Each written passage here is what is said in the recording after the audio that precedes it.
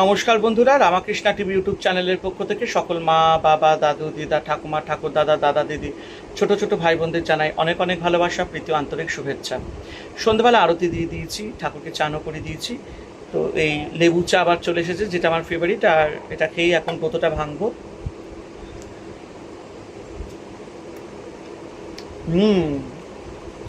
আমার এই লেবু চাটা খুব ভালো লাগে, কালকেও শেয়ার করেছিলাম।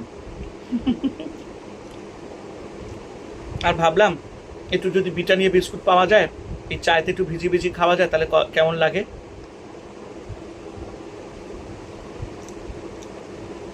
আপনারা কারা কারা এরকম বিস্কুট চায় ভিজিয়ে খেতে ভালোবাসেন, অবশ্যই কমেন্ট করে জানাবেন।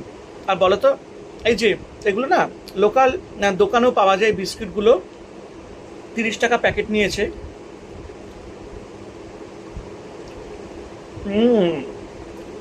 বেকারি বিস্কিটগুলো খেতে খুব ভালো লাগে। তো একটু হালকা নোনতা থাকে আর মিষ্টি থাকে এই বিস্কুটগুলো। তোমরা কারা কারা বেকারির বিস্কিট খেতে ভালোবাসো আমাকে একটু জানিও। হয়তো কোনো ব্র্যান্ডেড নয়, কিন্তু খেতে খুব ভালো লাগে।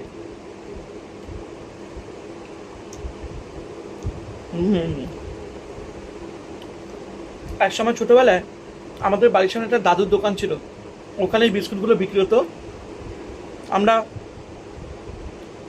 20 পয়সা 25 পয়সা করে বিস্কুটগুলো খেয়েছিলাম ছোটবেলায়। এখন তো 5 টাকা করে দাম হয়ে গেছে এক একটা, 3 টাকা করে নেয় অনেক দোকানে। এই বিস্কুটটা আমি মুদিখানার দোকানে দেখেছিলাম, এক প্যাকেট 30 টাকা দিয়ে কিনে নিয়ে এসেছি। আর এই লেবু চাটা খেলে না একটা আলাদাই তৃপ্তি পাওয়া যায়।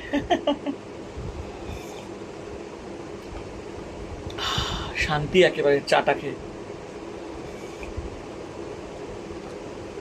আমার মাও এই লিকার চা খেতে ভীষণ ভালোবাসতেন, তার দিনের বেলা বিকেলবেলা লিকার চা মাস্ট। দেখতে পাচ্ছ কাঁসর ঘন্টার আওয়াজ। আমাদের পাশের বাড়ির মানে বাড়ি, আমাদের ফ্ল্যাটের পাশে একটা মন্দির আছে রাধা মাধবের, সেখানে রোজ এই 7টার সময় কি 7:30টার সময় এরকম আরতি হয়। কি ভাল লাগে ঘন্টার আওয়াজগুলো শুনতে।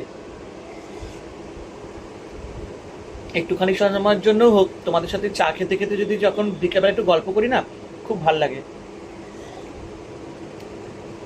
শান্তি। আর গরম গরম চায়ের সাথে সিঙ্গারা কেমন লাগে সেটা বলো, কালকে নিয়ে আসবো সিঙ্গারা। আচ্ছা,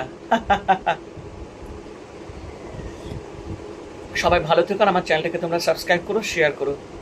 জয় ঠাকুর, ওম নমঃ শিবায়।